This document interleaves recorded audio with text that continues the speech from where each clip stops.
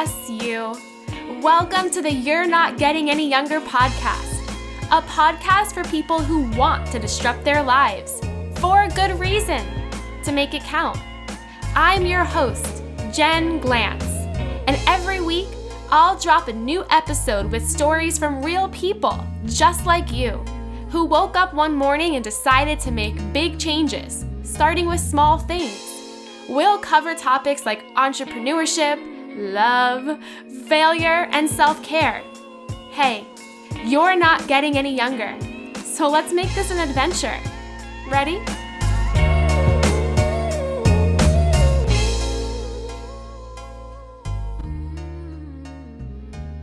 This week's episode is brought to you by Thinkific. Thinkific is a powerful all-in-one platform that makes it easy to share your knowledge, grow your audience, and scale the businesses you already love. I have been using Thinkific for the past 4 years to power all of my online courses. And let me tell you, it has been one of the best things I have ever done because online courses equal passive income. Not only that, but they allow you to take a skill, a hobby, or an interest and turn it into something that you can sell to others and also help them out as well. I have online courses in a wide variety of topics. I teach people how to be a professional bridesmaid through my Bridesmaid for Hire business. I teach people public speaking skills and personal branding through my jenglantz.com website. All of these things happen because my courses are hosted on Thinkific. Why did I choose them? Not only do they make it super easy for me as a creator to host the course and share the course with my audience, but it also makes it really easy for my audience to access the course in a very awesome way. Through Thinkific, I can organize my material. I have videos, I give audio lessons, I have worksheets and polls, and even a spot through my Thinkific platform that people taking my course can meet each other and chat with each other as they go through the material. Before I hosted my course on Thinkific, I spent a lot of time researching the best possible platform for this new adventure. I never want to put something out there that is sloppy or isn't easy for my audience to consume. And when I came across Thinkific and I tried it out, everything just clicked. They made it super easy for me to create the course, to sell the course, and to have my audience have a super positive experience. I have had hundreds of users over the past 4 years and never one complaint. Usually when the course ends, people are so grateful for the material, but also for the whole experience of taking the course. Online courses are one of the greatest things entrepreneurs can do right now, but also people who want to have side hustles or who want to make more money. This is a great way for you to try something new in 2022. I'm so excited for you to try it out for free. Just go to try.thinkific.com/jenglantz. That's try.thinkific.com/jenglantz. Try it out. Think of a skill, hobby, or interest, turn it into a course, and go ahead and get started. It'll be one of the best things that you do for yourself and your audience in 2022. Hey, any youngers. It's me, your host, Jen Glantz, back with another episode of the You're Not Getting Any Younger podcast. We are climbing closer and closer and closer to episode 200. I cannot believe that this is going to happen before the end of 2021, but I am making it happen and I'm super, super excited. You might hear that there's 2 things that sound a little bit different. The first is as an early gift to myself for making it to episode 200 and for podcasting for almost 4 years. I bought myself a brand new microphone. I upgraded, I spent a little bit of money, and I got a new mic. I'm very stubborn about my technology. I keep things for very long, even when they're outdated or broken. And I've been using the same microphone I bought before I ever podcasted. This mic was recommended on the internet, so I bought it. And it was great. It got me for 4 years. I did a decent job with it, but I think I needed a better microphone. And I was recommended this one by a podcaster friend of mine. And basically they sold me because they said, Jen, this is the kind of mic that won't pick up all that background noise. So if you want a podcast with your air on, you can. No more sweating as you podcast. And instantly when they said that, I pressed the buy button and I was like, I need this microphone. So hopefully you hear a little bit of a difference with the microphone quality. And this will be the new mic that I use going forward with this podcast. Now, the second thing you might hear that sounds different is my voice. I have had this lingering cold for the past month. It's the kind of cold that hits you really hard and then doesn't leave you. I'm fine. I'm just super congested. So I'm always coughing. I'm always blowing my nose. I promise you it's not COVID. Not like it matters to you because you're not in the same room as me. You're just listening to me. But I've taken a zillion COVID tests. It's not COVID. I even went to the doctor. It's just a lingering cold. So I always sort of sound like I'm sick. So if you're listening to this, I'm good. I feel good. I'm just congested and a little bit sick. And I might sound like this for the next couple of podcast episodes because I don't think this is going away anytime soon. As you know, I am inching closer to episode 200, and the other goal that I have with that goal is to make it to 200 reviews on Apple. Right now, as of the date I'm recording this, we are at 174, which means I'm begging you, if you can, just look down at your phone if you're listening to on Apple Podcasts and rate and review the podcast. It means so much. It's a huge goal of mine, and I truly appreciate it. A recent review from a little Florida mermaid says, I love listening to this podcast. Jen Glantz is so fun to listen to. Her topics are wonderful and interesting. She's honest, real, and enjoyable, and I always look forward to the next episode. Thank you for that review, and thank you for everyone, all 174 of you who have reviewed the show in the past. I am so grateful for you, and I just want to get to that 200th review. It's a huge goal of mine for this year, so thank you for everyone who's asking their friends and family to review the show. It means a ton. All right, let's dive into this week's episode, which is about taking solo trips. At the beginning of the year, one of the things I had on my goal list for 2021 was to take a solo vacation, which is not something I've really ever done a lot of in my life. I've traveled solo for work, but I've never really taken a solo vacation.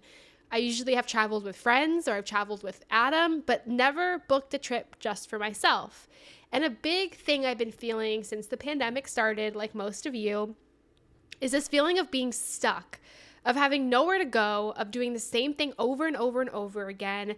And I just am so overwhelmed and frustrated by that lifestyle after a year and a half of it. Like most of you, before the pandemic, I was always on the go, always doing something. And then when the pandemic happened, my entire calendar cleared out and my habits shifted. I went from somebody who was out all the time to somebody who was a homebody. And even now that, things are a little bit safer and it's a little bit easier to travel, I don't go anywhere still. And I'm pushing myself every single day to break those habits and to do things differently. So my friend was getting married in San Diego in October. And I said to myself, okay, before her wedding, I'm going to take a solo trip. I love California. I've spent a lot of time there. I've lived there many times in my life. And going to Los Angeles is a city that I absolutely adore, and decided to take a solo trip there. I booked the trip. I planned to go for 3 days before her wedding to LA and then take the train to San Diego. I booked the trip and a week later canceled it because I thought to myself, what am I doing? I thought of every excuse in the book, like, am I going to have fun alone? Is it wrong to leave Adam? I have so much work to do. How am I going to make this trip work for myself? Is it worth spending so much money to stay in a hotel for 3 nights? I just canceled it. I just gave in to the excuses and I canceled it. And I was telling Adam that I'm not going to go. I'm just going to go to the wedding a day before the wedding, and that'll be it. I'll just fly into San Diego. And he encouraged me. He pushed me to rebook the trip. He basically said, this is something that I've wanted to do for a while. And a lot of the reasons why I canceled it were out of fear. We're completely out of fear of what ifs. And when I broke that down even more, I realized that he was completely right. What if I don't have a good time? What if I get scared? What if I get sad? What if I get lonely? What if? And I decided that he was right. So I rebooked the trip. I rebooked the hotel and the flight to go from Tuesday to Friday to LA. And trust me, I tried so many other times to cancel it, to back out, but I kept realizing that this is something that I always wanted to do, and the year is almost over, and this just seemed like the perfect opportunity. The morning of the trip, even getting to the airport, I was dragging my feet, saying goodbye to Goofy, which is a whole other thing that I'm not used to doing very often, was super tough. And even on the way to the airport, getting to the airport, I kept thinking to myself, like, what am I doing? Like, am I going to do anything on this trip that makes it worthwhile? And I sat down at the airport and I made a list of rules for myself. And these rules included, I'm going to go to my top favorite restaurants and I'm going to go out for solo dining. I'm going to go to a couple of my favorite stores in LA and I'm going to buy what I want, within reason. These are cheap, like vintagey boutiques, so you can't spend too much, but I wanted to let myself spend some money on cool items that I absolutely love. And the other rule I had was around safety. Now, LA is a city I know well because I've lived there, so I know the area, but I also know that there can be some parts that are unsafe. And being solo and walking around is something I wanted to make sure that I was very conscious about. So I made a list of rules for safety, which included that after a certain time, I would take an Uber home. Even if it was a 15-minute walk, I would spend money to do that. I also made some rules about, okay, if I'm going to certain areas, to maybe go with a friend to feel a little bit more safe, things like that. So I wrote down these list of rules and I created that as like my trip mantra for my solo trip. And after I did that, I felt good because now I felt like I had a purpose.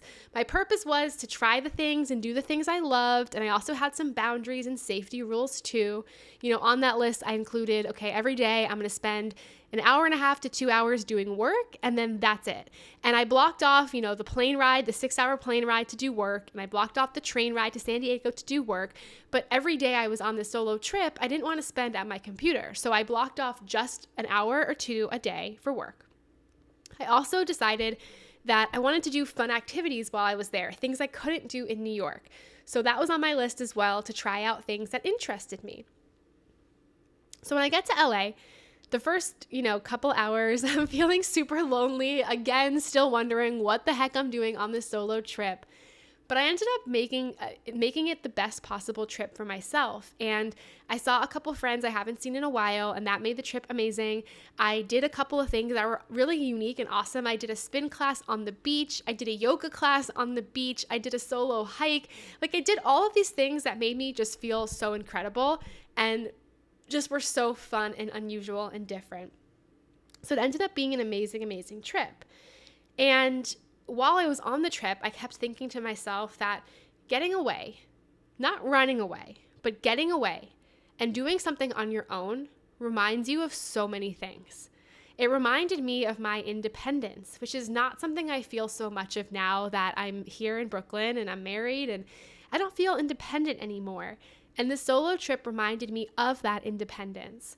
It reminded me of my decision-making skills. I rely a lot on Adam when we're in Brooklyn to tell me what we're going to do for dinner, what we're going to do on Saturday. Like, I make him be the planner because I just feel like with my business and everything, I'm always the one planning.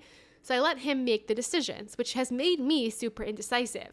But on this trip, I had nobody else to tell me what to do or what to come up with to do. It was all up to me. So it helped me make decisions. It also helped me remember that I'm like a strong, confident person and I have my own back and I show up for myself and I could have fun alone. And these were things that I had honestly forgot before this solo trip. So if you're somebody thinking about taking a solo trip, even if it's a staycation in your own city, it's just breaking out of your element, I really recommend it because not only will you discover things about yourself, but you'll fight through emotions and feelings that you might have to get over, like that feeling of loneliness, like this feeling of the unknown. I would recommend before you go on the trip to make a list of rules for yourself, what you want to do and what you're going to do to keep yourself safe as a solo traveler. And then I also recommend that you make a list after that teaches you what you learned on this trip. Now, because sometimes I feel like my life is stranger than fiction, my biggest possible fear happened on this trip, which was getting sick and being alone. I ended up getting sick on the trip toward the end, and I was solo. And I had to express my independence during that, right? I had to take care of myself. I had to make sure I was okay. And why that's a big fear of mine is I'm always so scared of getting sick, but then I'm always so scared of getting sick alone, far from home. And I had to deal with that. I had a bad cold and I had to handle that on my own. And I kept thinking to myself, like, this was something that I really hoped wouldn't have happened on the solo trip, and it did. And I was able to deal with it and to overcome it. So I learned a lot on this solo trip to LA. And, a goal of mine this year was to go on 4 solo trips, 1 each quarter, but that didn't happen. And that's a very lofty goal because, that takes a lot of money and it takes a lot of time. But I think having a goal for 2020 too, of one solo trip a year or one or two, is a really awesome goal to reset. It makes coming back home feel refreshed and renewed, and that's so important, especially for a lot of us that have sat still for a very long time. So if you're thinking of a solo trip, go ahead and do it. Treat yourself to something nice. Set those rules for yourself of what you're going to do and what you're not going to do. And then recap what you learned, spending quality time with the greatest person on the earth. You, my friend. Cheering you on, all my love, Jen Glantz. Hey you! Thank you for listening to the You're Not Getting Any Younger podcast. There are hundreds of thousands of pods out there, so thank you for listening to this one. You can find the show notes for this week's episode up on our website, anyyounger.com. Subscribe, rate, and review the You're Not Getting Any Younger podcast on iTunes so that other ears around the world can listen too. Oh, and join our secret You're Not Getting Any Younger Facebook group, where over 1,000 people are talking about how to disrupt their lives, for a good reason, to make it count. Until next week, all my love, Jen Glantz.